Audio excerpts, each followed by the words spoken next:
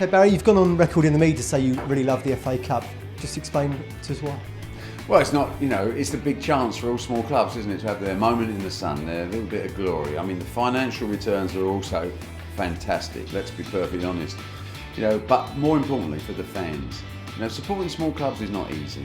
Everyone can be a Manchester United fan, an Arsenal fan, a Chelsea fan, but actually the core of football in this country is actually directed to the 72 Football League clubs and the clubs in the structure beneath the football club.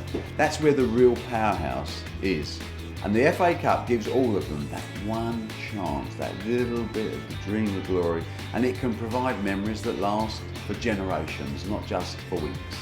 Of course, the FA Cup is just one of many football competitions we have, both in Europe and domestically. How do you think it sort of rates against sort of the Champions League and competitions of that ilk? Well, the FA Cup is the biggest cup competition in the world in football, and to my mind, it's far above anything else. I mean, the Champions League and these type of competitions, European leagues and European Cup matches, are great entertainment, great skill, great football, but they don't have the history. You see, the key issue in life is how long. We have a country that's steeped in history, and the FA Cup in terms of football language is as old as Big Ben, it's as old as the Tower Bridge, it's as old as Stonehenge.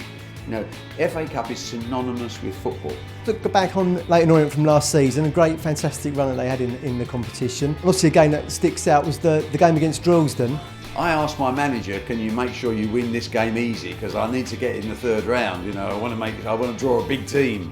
And I looked at the result in the morning when I woke up. I was actually in the middle of the Indian Ocean somewhere, and it said, Leyton Orient 8. I thought, yes. Droysden 2, yes. After extra time. What? And I think it's a record for goals scored in extra time. The win over Droysden meant you went into the hat for the third round. What was your thoughts when you saw you were going to Carrow Road and Norwich City? My first thought was, Delia does lovely food at Carrow Road. Went up there thinking we're going to get beat, obviously, because they're top of the championship, and of course subsequently became a Premier League side with the same team they're playing now. So, it was an awesome task. And we won. How did that happen? I don't know. That, of course, led you to Swansea and then another victory and some celebrations on the transport coming home, I believe. Well, when we drew Swansea, I was bitterly disappointed because I thought, no, we've done the hard work. We've gone up against a terrific side in Norwich, and we've had a touch, we've had a result. Now we've got another one, and another team that was right at the top, and another team that subsequently became a Premiership side. But what do you know? We got another result.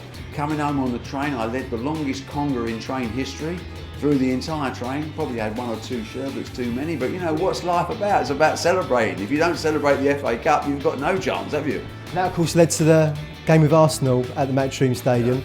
Someone said, do you want to apply to the FA to switch the game to the Emirates? I went, absolutely no way. This is our day in the East End. 9,271 people, not a spare ticket in the place. Arsenal 1-0 up. Good old Arsene Wenger, I think. No, slight tactical mistake from the genius himself. Didn't kill us off. And when you don't kill a team off, you get a bit complacent. There's always that chance. In the 88th minute, Jonathan Toure picked up the ball, through two defenders, smashed it under Almunia's legs, and chaos erupted. And that goal will be talked about in the East End of London for the next 30 years because it brought us not just a fantastic amount of money, because it did, but it also brought us a day at the Emirates, which is what players want, what the fans want to visit.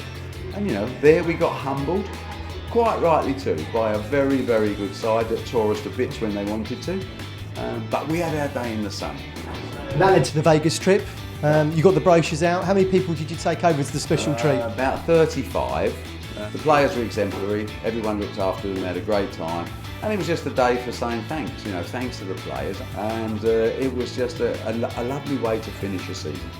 And for my mind, the FA Cup features miles, not a little bit, miles ahead of everything else because of the pleasure it gives to ordinary football fans throughout the whole country.